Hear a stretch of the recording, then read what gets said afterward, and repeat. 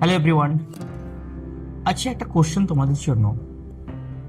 সঞ্চয় আর বিনিয়োগ means savings আর investment দুটো কি এক? যদি তাই ভেবে থাকো তাহলে আজকের ভিডিওটা তোমাদের জন্য। চলো শুরু করা যাক। ইনভেস্টমেন্ট অ্যান্ড সেভিং বোথ আর equal or difference? Let's C.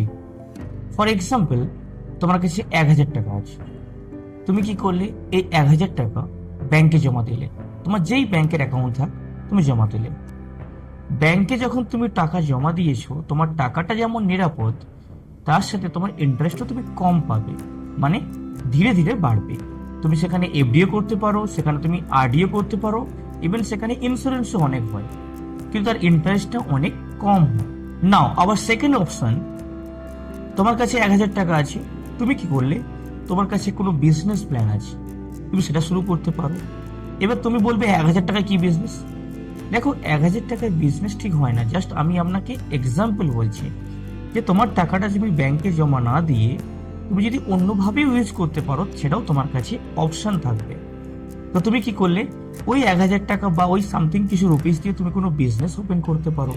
এবং তোমার যদি মার্কেট অ্যানালাইজ ভালো হয় যে কোন কোম্পানির শেয়ার বা কোন মিউচুয়াল ফান্ড ভালো পারফর্ম করতে পারে, তুমি সেখানেও ইনভেস্ট করতে পারো।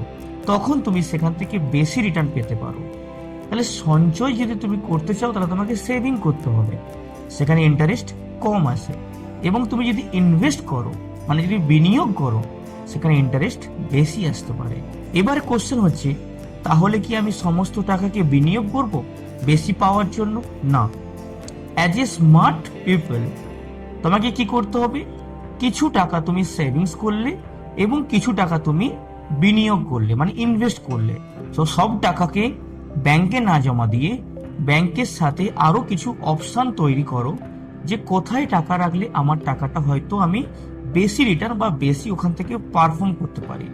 That is most important. So যদি সামারি করি, সঞ্চয় সেখানে কম ঝুঁকি, সেইভাবে কম লাভ।